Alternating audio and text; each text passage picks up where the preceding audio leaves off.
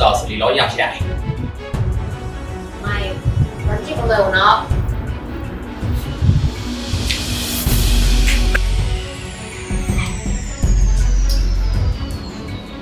Mày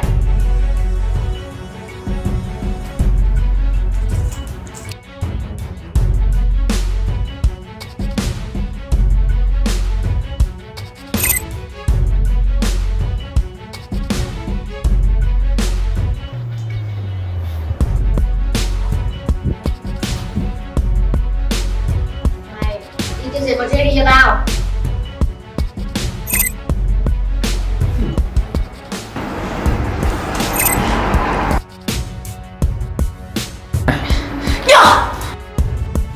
Đi.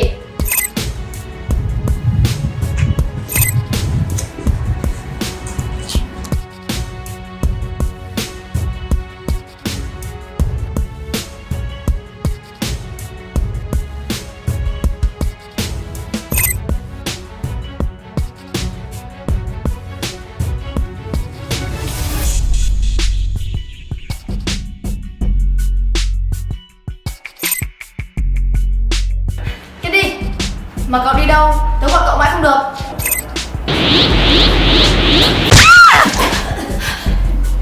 Cái đi, cậu bị làm sao vậy?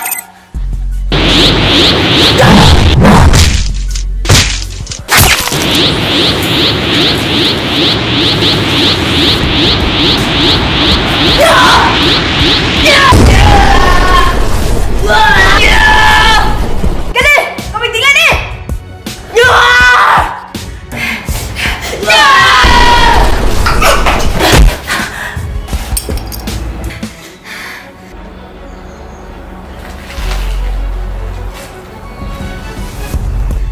Cái đi. Chết đi. Cái đi, cậu bị làm sao vậy?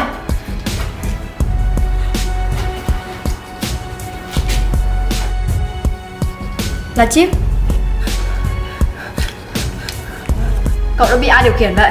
Là bọn Alibaba. Giúp tớ tháo chiếc vòng.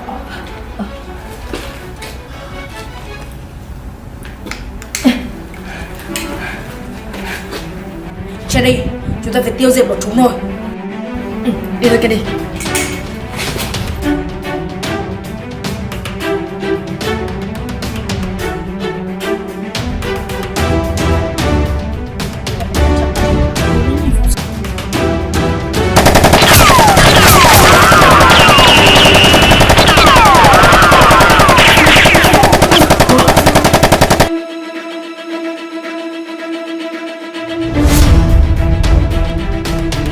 Có chuyện gì vậy? Bây giờ đã tìm đây. Đi đây, đốt đi. Mày, không ăn lấy cơ lại. Không à?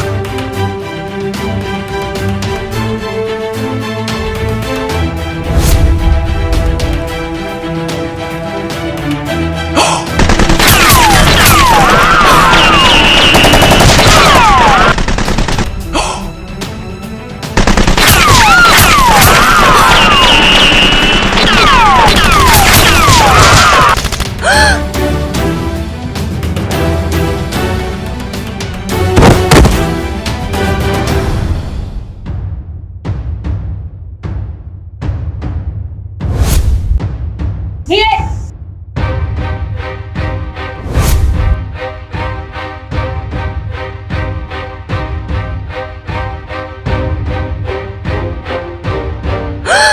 Cậu chủ, thả bọn xuống.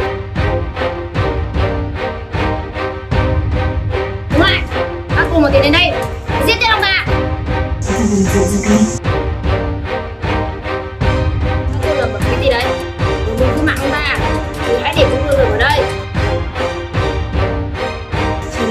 Tôi tin cậu.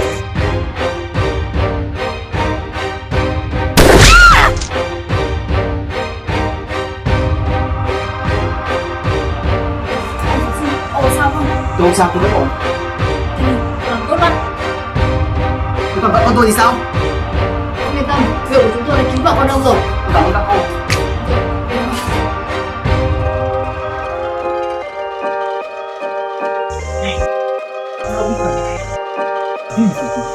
Mình được cướp của phải đàng hoàng. Đi.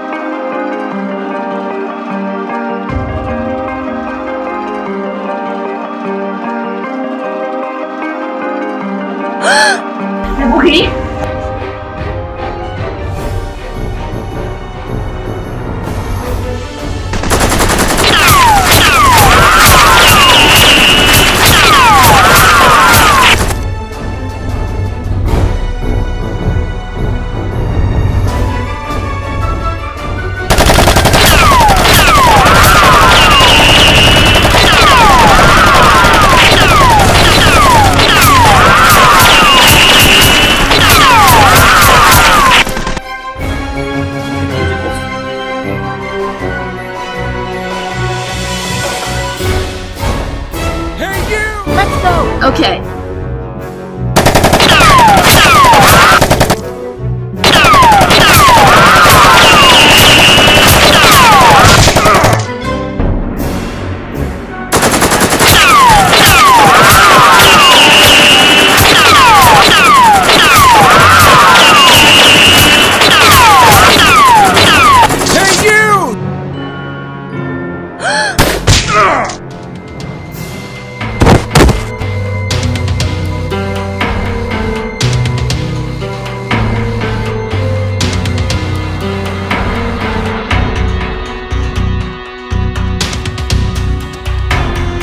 Dễ cả rồi. Chúng ta hãy vào số 1 kỹ để được xếp.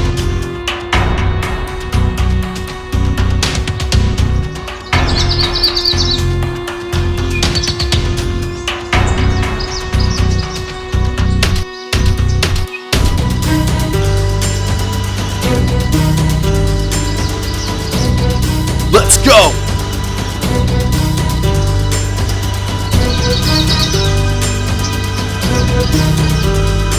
Let's go!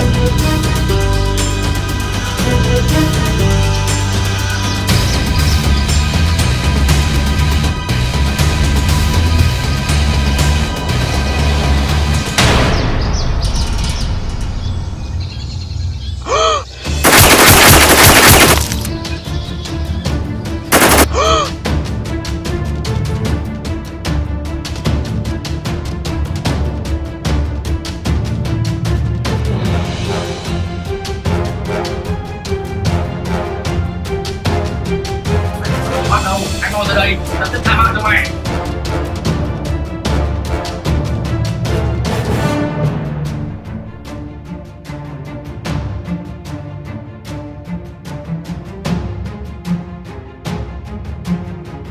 Mày, ghét.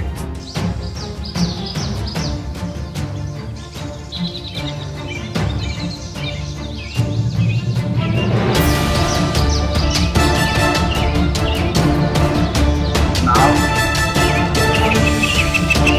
Kìa, anh mấy rồi, cái này tha mạng không? Tha mạng cho mày, tha mạng cho mày, mày báo cảnh sát à? Let's go.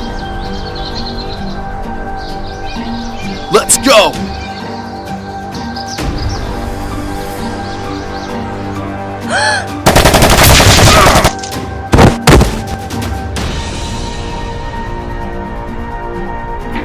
Chú ơi, mấy đây? Mày, giết nó đi.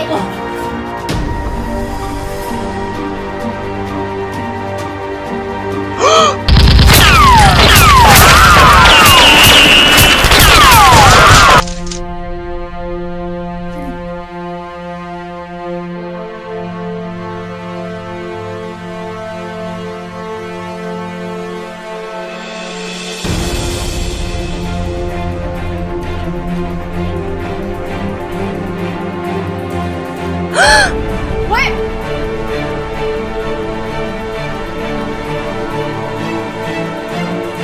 Đâu rồi? Là đầu bạc. Không thể làm. Giỏi lắm. Mà đừng nhiều lời nữa. Đi theo tôi.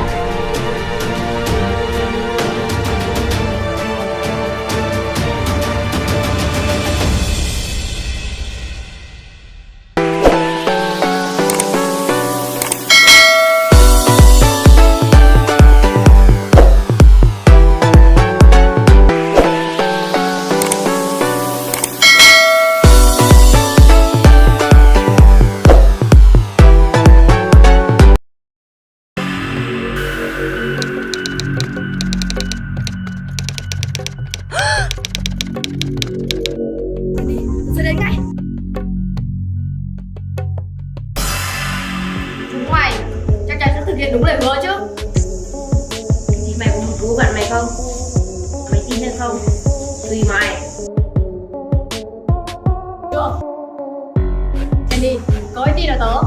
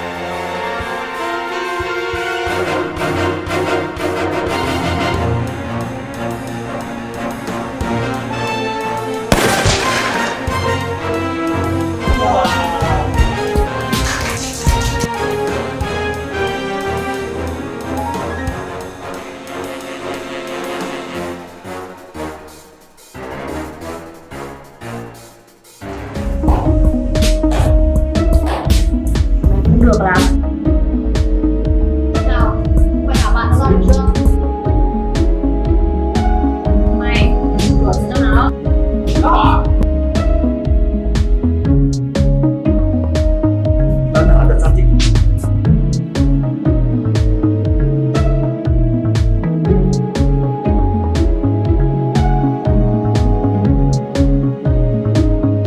Chết đi.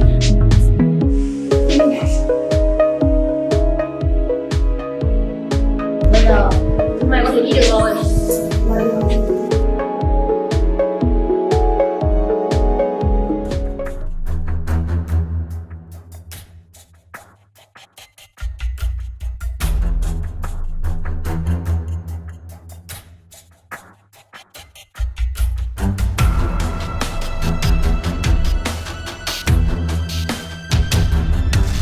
Phải chia nhau giao tiền.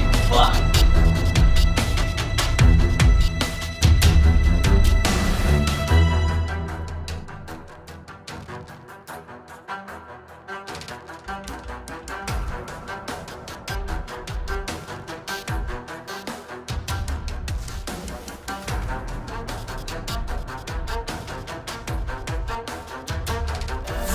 Tiền đấy không?